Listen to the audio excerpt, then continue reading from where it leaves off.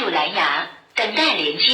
बोलिए प्रभु रामचंद्र की, बोलिए भगवान भूत भावन शंकर की। हम लोग अपने बहुमूल्य समय निकालकर समय पर उपस्थित हुए हैं।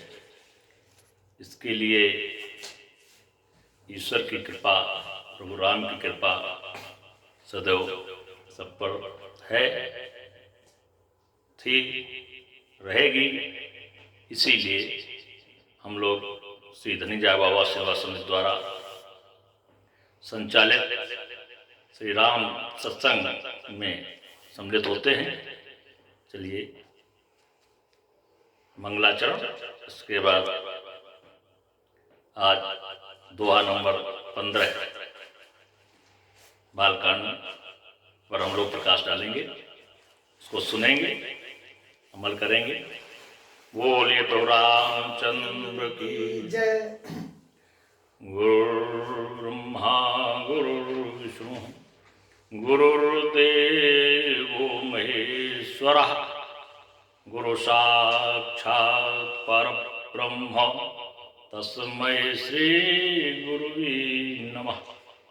अखंड मंडलाकारं व्याप्तं येन चराचरं तत्पदं दर्शितं येन तस्मै श्री गुरुवे नमः।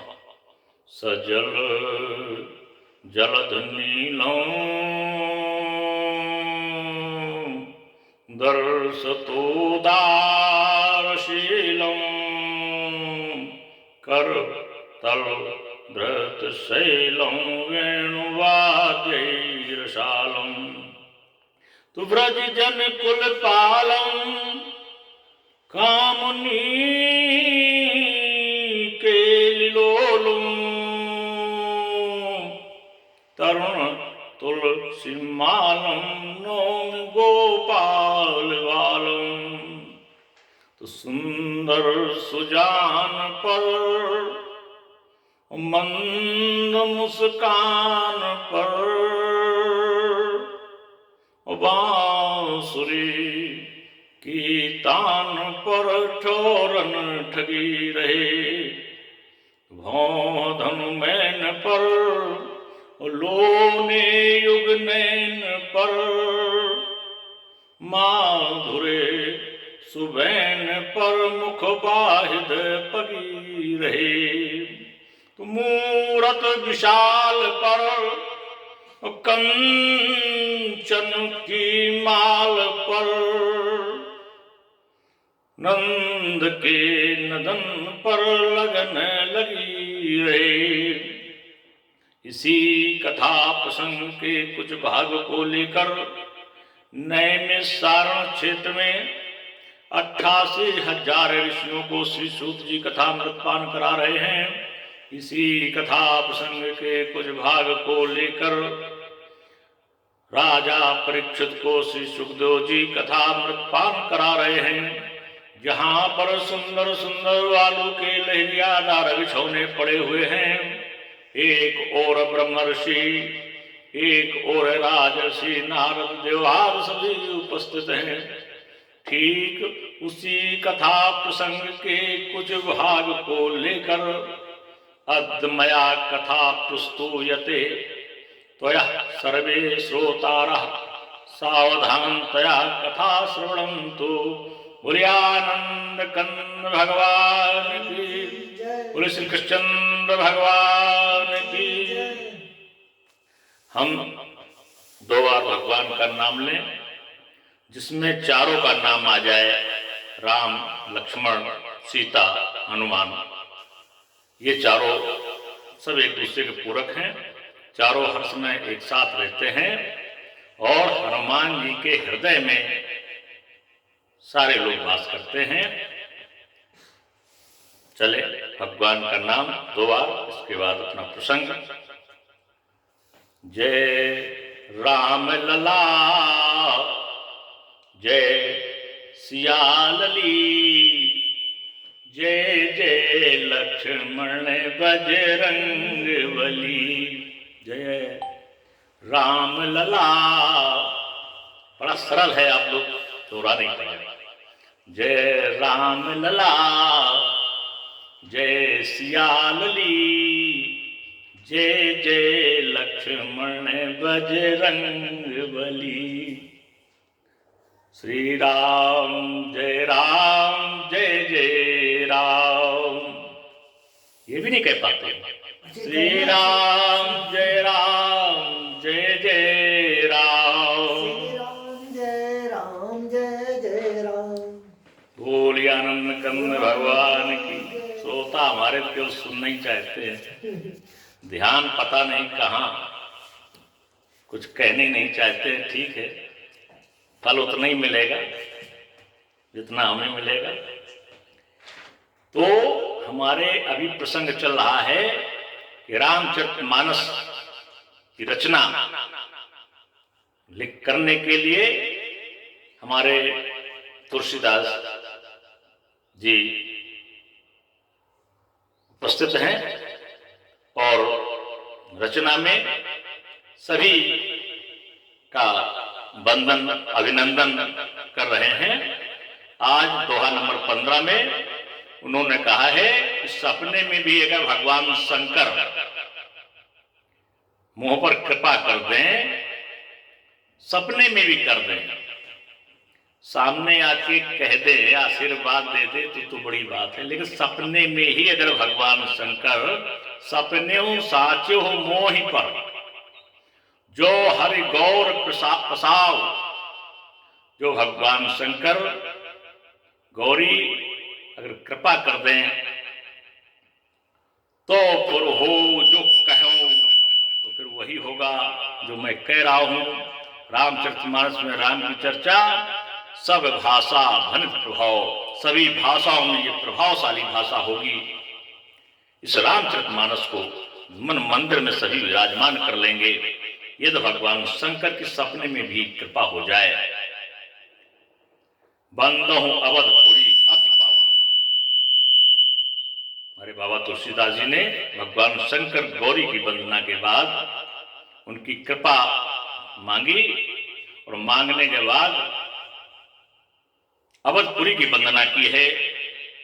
अति पावन, बहुत पुनीत अवधपुरी को बताया है। सरजू सर कल सुन सावन, वो सरजू की वंदना की है जो सारे क्लेश समाप्त कर देती है। प्रणवहु पुर नर नार बहोरी, ममता जिन पर प्रभु न थोरी। 进入蓝牙，等待连接。 हमारे बाबा तुलसीदास जी का सुंदर भाव है। उस अवधपुर में रहने वाले प्रणवहु पुर नर नार बहोरी, सभी नर नारियों की वंदना करते हैं, उन्हें प्रणाम करते हैं और ये मानते हैं कि मैं उन सभी को प्रणाम करता हूं जिन पर प्रभु की थोड़ी भी कृपा हो, यानी कृपा पात्र है वो प्रभु राम के, उन सबकी मैं वंदना करता हूं। हर शुभ कार्य में, हर अच्छे कार्य में कठिनाइयां ना आए, इसलिए सभी इष्ट मित्रों को, सभी को आमंत्रित किया जाता है, अपनों को जोड़ा जाता है, समाज को जोड़ा जाता है।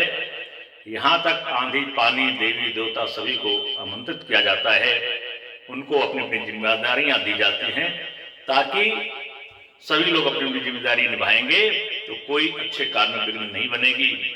अगर चोर को तिजोरी की ताली दे दोगे तो फिलहाल कहीं चोरी करेगा लेकिन उस तिजोरी से वो चोरी नहीं करेगा।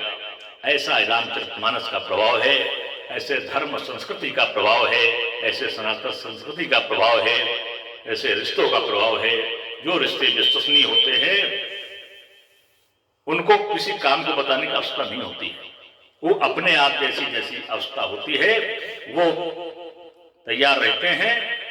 वही हमारे बाबा तुलसीदास जी कर रहे हैं। सिय निंदक अग ओग नसाए, उनकी भी वंदना की है जिन्होंने हमारे सीता की निंदा की है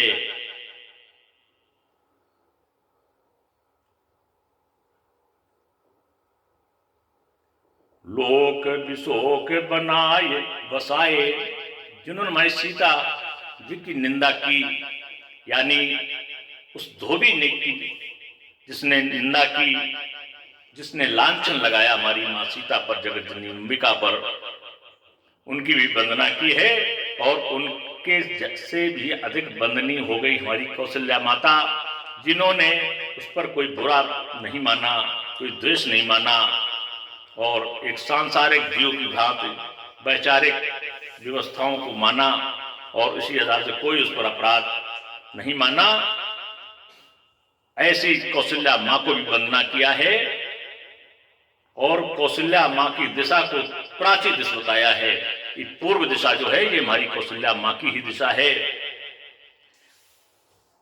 हमारे भगवान राम के पिता दशरथ जिनको बताया है, इनको आकाश बताया गया है। हम उन्हीं की गोद में हैं, उन्हीं की गोद में भगवान राम भी खेले हैं। और कौशल्या पूर्व दिशा है, जहां से ऊर्जा प्राप्त होती है। भगवान भास्कर वहीं से निकलते हैं। बंदो कौशल्या दिश प्राची, प्राची दिशा में कौशल्या का वास बताया, प्राची दिशा को ही कौशल्या बताया। ये पूर्व दिशा ही हमारी कौशल्या है। कीरत जास सकल जगमाची, जो सारे संसार में जिसकी कीर्ति है, यश है, वो कौशल्या मां की वंदना की। प्रगट हो जहां रघुपत सचारु हो, उन कौशल्या मां की वंदना की, उन दशरथ जी की वंदना की, उन तीनों माताओं की वंदना की, जिस घर में कनक भवन में अयोध्या में प्रगटे जह रघुपत सस चारू, चार भाई जहां पैदा होते हैं, चार भाइयों के साथ रघुपत पैदा होते हैं, उनकी वंदना की।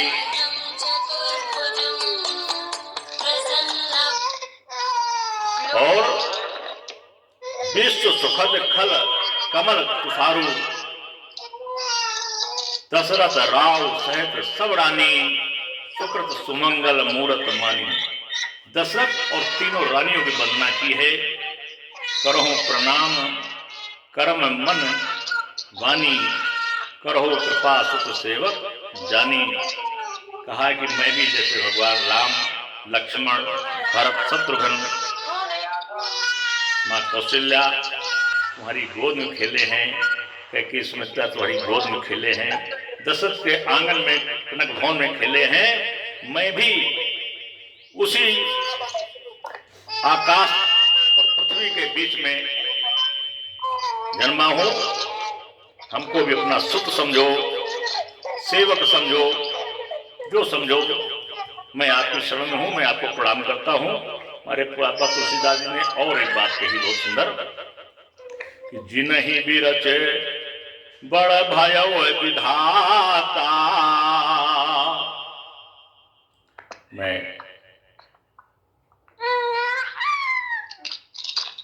बड़ा ही सौभाग्यशाली हूं जिसकी रचना हमारे विधाता यानी ब्रह्मा जी ने की है। मैं उनका वंदना करता हूं और मैं बड़ा भाग्यशाली समझता हूं। जिन्हीं बच्चे छुपा लो भाई, बच्चा। जिन्हीं विरचे बड़ भयो विधाता,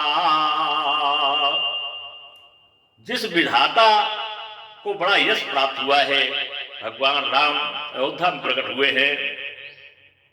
महिमा अवध राम पित माता, उनकी भी वंदना की है। जिसकी उस महिमा की वंदना की है, अवध की महिमा, और जिस महिमा प्रकट होने में राम और उनके पिता माता की महिमा है, उनकी भी वंदना की है। इस प्रकार से हमारे ये बालकांड का दोहा नंबर 15 पर रामचरितमानस में हमारे तुलसीदास जी ने किया है। और हम सब चूंकि क्रम से सुन रहे हैं, जब रचनाकार रचना करता है तो हर बिंदु पर उसका ध्यान जाता है, उसके भाव जाते हैं, उन भाव को वो लिखता है। और उसी प्रकार से जब क्रम से हम लोग उसको पढ़ते हैं, समझते हैं, तो बहुत भाव उत्पन्न होते हैं और भावों से जो प्रकट होता है वही फल प्राप्त होता है। जैसे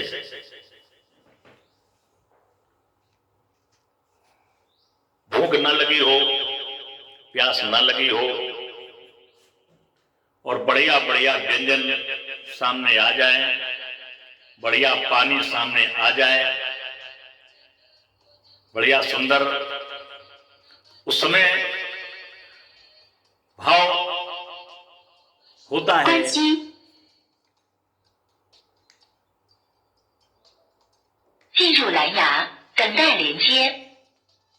उस समय यह भाव होता है कि उधर पूर्ति कर लूं, मन की तृप्ति कर लूं, लेकिन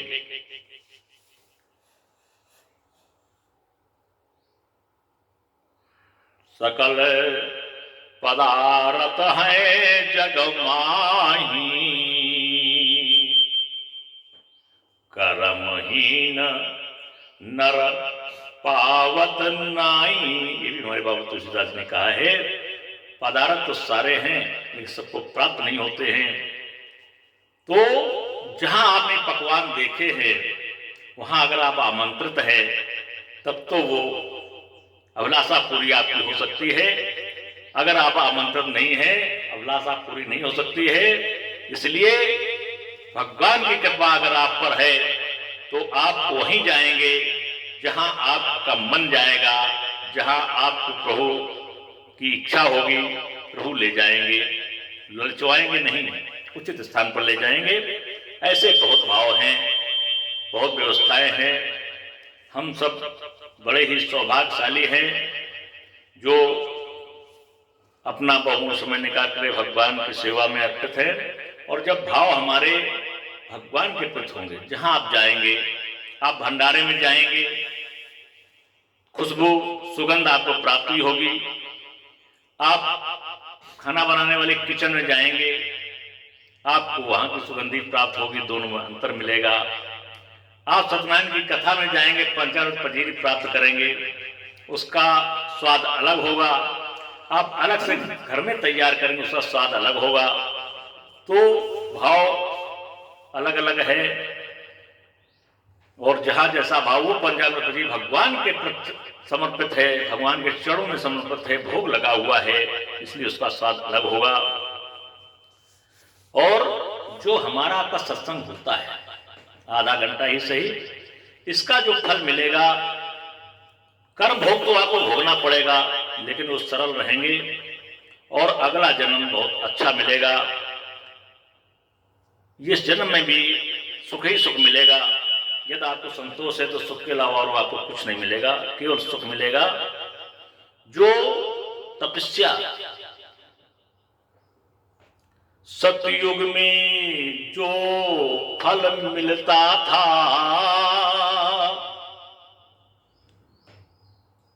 जप त्याग और तप साधन से, सतयुग में चूंकि हजारों वर्ष आयु होती थी, 10,000 वर्ष आयु होती थी, 10-10 हजार वर्ष लोग तपस्या करते थे, तप करते थे, व्रत करते थे, तब उन्हें जो फल मिलता था, इस कलयुग में केवल भगवान के नाम ले लेने से उतना ही फल मिलता है। तो कल सतयुग में जो फल मिलता था, जप त्याग और तप साधन से, कलयुग में वह फल मिलता है श्री सत्यदेव आराधन से। केवल आप सत्यवादी बन जाएं, सत्य की मूर्ति बन जाएं, सदा चरण अपनाएं, धर्म अपनाएं, सत्य कर्म अपनाएं, तो वही फल मिलता है। चूंकि जीवन का समय कम होता है कलयुग में, तो वैसे ही भगवान की व्यवस्थाएं हैं। आधी घड़ी में भी वही फल मिलता है, इससे ज्यादा अगर समय हम लोगों को मिलता है तो और अधिक फल मिलता है। सारे कलुषित दोष मिट जाते हैं। अगला दुआ हमारा रहेगा 16। अगले रविवार को हम लोग फिर समय से उपस्थित होंगे और बहुत ही बढ़िया एक इसी में प्रभु की इच्छा का दृष्टांत सुना दूं। घर में कलात्मक वातावरण की जगह उन्होंने हमारे इस सत्संग का वीडियो देखा, तो फोन से बात नहीं किए, शाम को चले आए अगले रविवार के बाद। बोले हम तो चाहते हैं हम हर सप्ताह शनिवार को सुंदर कांड कराएं, महीने 2 महीने में अखंड रामायण कराएं, लेकिन हमारे यहाँ कलात्मक वातावरण बहुत है। इसका क्या उपाय है? हमने मुकदमे की बात करो तो मैं उपाय बताऊं, ये तो प्रभु से पूछो, ये तो भगवान राम ही उपाय बताएंगे।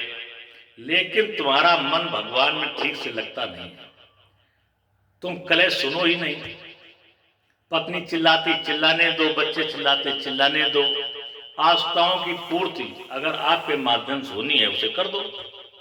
बाकी उनका जीवन है, उनका चरित्र है, नहीं उनके समझ में आता है तो नहीं आए। आप अपना काम करिए, सुबह उठ करके अपनी नित्य क्रियाएं करिए। नित्य क्रियाओं में भगवान का पूजन भी है। इसके बाद अपना जो भी व्यापार सर्विस जो भी है वो करिए, समय से वापस आइए। फिर अपने जो समय बचे, चाहे आप सर्विस हो, चाहे बिजनेस में हो, चाहे घर में हो, चाहे बाहर हो, चाहे सो रहे हो, चाहे जाग रहे हो, मन में केवल भगवान का स्मरण रहे, कल्याण हो जाएगा। ये कलात्मक वातावरण अपने आप समाप्त हो जाएगा और समाप्त हो न हो आपके मन में उसका प्रभाव नहीं पड़ेगा। बड़े प्रसन्न हुए, आज सुबह फिर आ गए। मैं निकल रहा था, हमने कहा भाई समय नहीं, हमारा समय बड़ा निश्चित और समय के अनुसार मैं सुबह जागता हूँ, पूरी क्रियाएं समय से करता हूँ। हमारे घर वाले भी हमसे समय के अभाव में थोड़ा संतुष्ट कम रहते हैं, कह रहे बस हम आगे समय बर्बाद नहीं करेंगे। और मैं सुबह बाथरूम में था, उसी समय आ गया।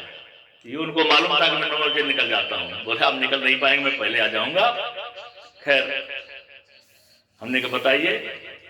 बोले मैंने जब सुने नहीं तो 1-2 दिन तो बड़ी कासुनी चलती रही, इसके बाद सब शांत हो गया। अब हमसे केवल 2 दिन पहले खर्चा मांगा गया। हमने कहा ठीक है दे दिया। बोले हाँ तुरंत दे दिया। हमने बस भगवान ने तुम्हारी सुन ली, तो भगवान में मन लगा रहेगा, कल्याण ही कल्याण रहेगा। चलो भगवान की चर्चा का विराम, फिर अगले सप्ताह हम लोग मिलेंगे। भगवान का 2 बार नाम बहुत सरल शब्दों में, कठिन नाम उच्चारण आप लोग कर नहीं पाते हैं, सरल शब्दों में श्री राम जय राम जय जय राम, जय राम जय जय राम, श्री राम जय राम जय जय राम, श्री राम जय राम जय जय राम। देखिए श्री लक्ष्मी जी का नाम है। रा रू जो और अंधकार को बाहर कर देता है, मां ये ऐसा दरवाजा है, जैसे मां शब्द कहोगे सारे विकार दूर हो जाने के बाद 进入蓝牙，等待连接。 सारे विकार दूर हो जाने के बाद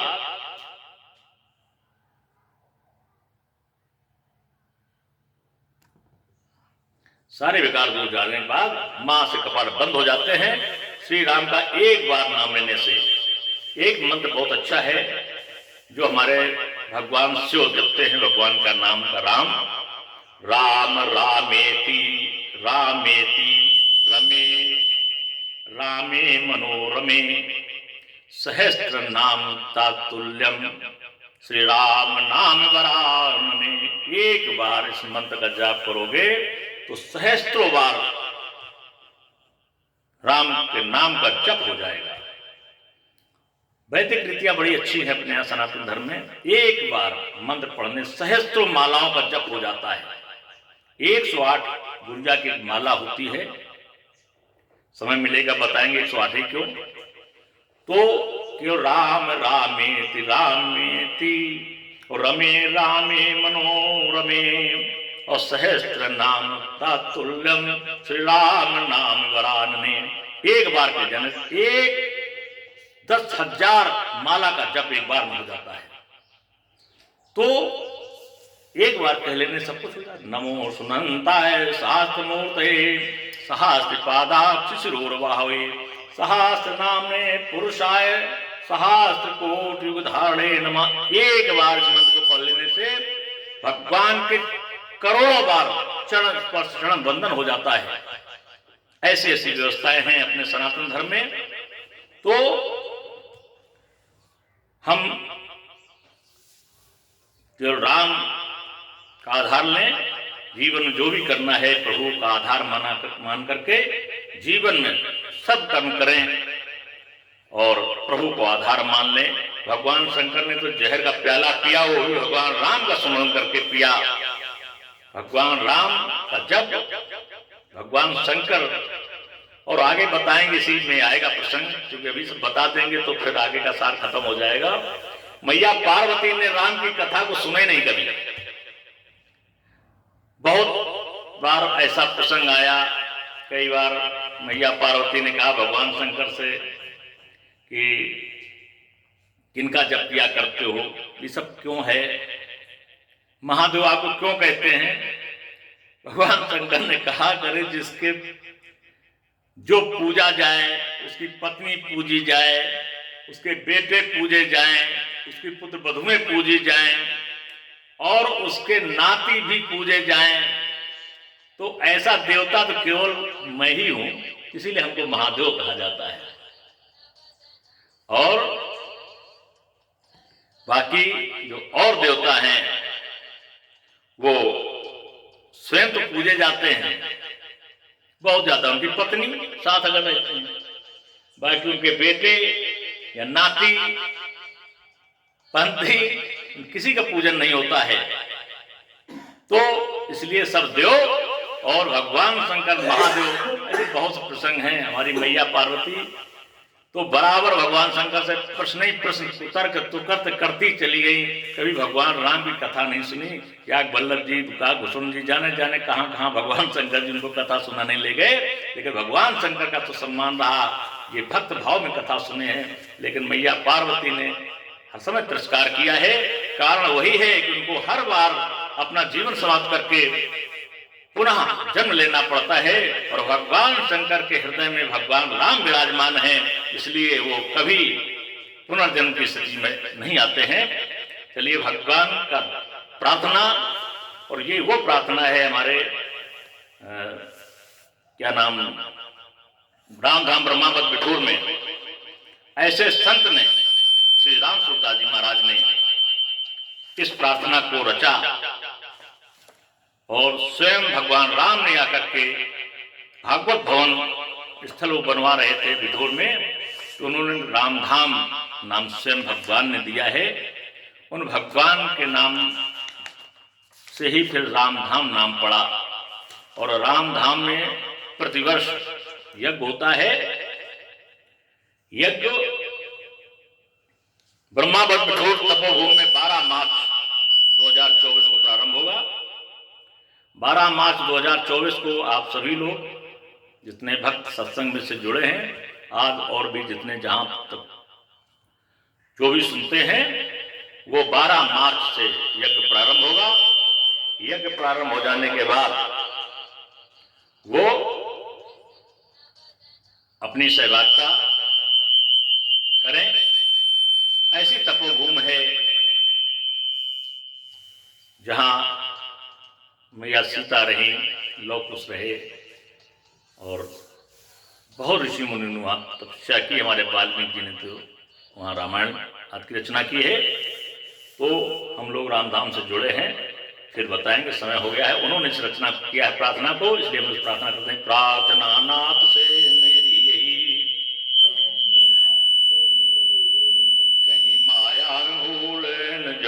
तुम्हें, माया में भूल न जाऊं तुम्हें, निज भाग्य से चाहे जहाँ मैं रहूं, निज भाग्य से मैं चाहे जहाँ रहूं, सुख में दुख में नित ध्याऊं तुम्हें, सुख में दुख में नित्य ध्याऊं तुम्हें, अविलंब न होवे और मेरा, विलंब न होए और मेरा, अपना सर्वस्व बनाऊं तुम्हें, अपना सर्वस्व बनाऊं तुम्हें, इस दास में भाव की दृष्टि खुले, इस दास भाव की दृष्टि खुले, जहाँ देखूं प्रभु वहाँ पाऊं तुम्हें, जहाँ देखूं प्रभु वहाँ पाऊं तुम्हें, प्रार्थना नाथ से मेरी यही, प्रार्थना नाथ से मेरी यही, कहीं माया में भूल न जाऊं तुम्हें, कहीं माया में भूल न जाऊं तुम्हें, धर्म की अधर्म का प्राणियों में जय जय श्री सीताराम। फिर हम लोग समय से उपस्थित होंगे, भगवान कृपा है, थी, रहेगी, तभी हम लोग सत्संग में, तो हम लोग चमत्कारी बहुत बाबा हुए हैं, वहाँ हम लोग जाते हैं, लोग चमत्कार जाते हैं, लेकिन उनको ये सानिध्य नहीं मिलता है, ये स्नेह नहीं मिलता है, ये भगवत कृपा नहीं मिलती है, ये राम की भक्ति प्राप्त नहीं होती है, केवल चमत्कार उनको मिलता है, और चमत्कार में जाओगे चमत्कार लेकर आओगे, ये आपकी समझ है, और भक्ति भाव में जाओगे तो भक्ति लेकर के आओगे, ये भी आपकी समझ है। इन्हीं शब्दों में वाणी को विराम। जय जय श्री सीताराम। सर्वे भवन्तु सुखिनः, सर्वे सन्तु निरामयाः, सर्वे भद्राणि पश्यन्तु मा कश्चित् दुःखभाग् भवेत्।